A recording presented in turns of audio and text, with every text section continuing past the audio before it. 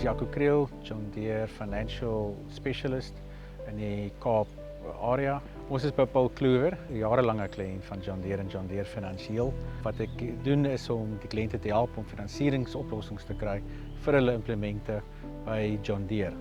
As die kliënt nog nie die finansieringsprosesse gaan het nie, kontak ek die kliënt en ons gesels oor die struktuur van die transaksie. Wat ek nodig het om te weet is in watter entiteit ons aansoek gaan doen, waarin die implement gaan vestig. Dan moet ek ook die finansiële situasie ken van die maatskappy.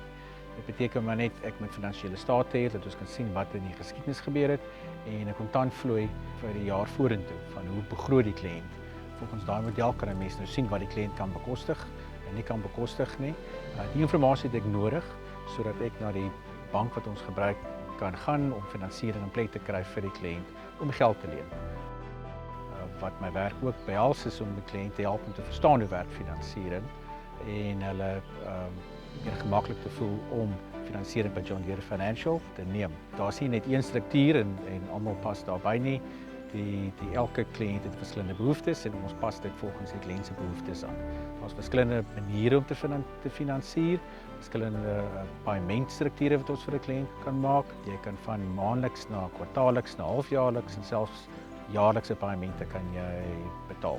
En dit is beter vir die kliënt om liewer sy finansiering te vat as wat hy geld op sy betrokke fasiliteit byvoorbeeld sou leen, want daai is 'n baie duurder vorm van finansiering as wat jy byvoorbeeld John Deere Financial sou gebruik om te finansier.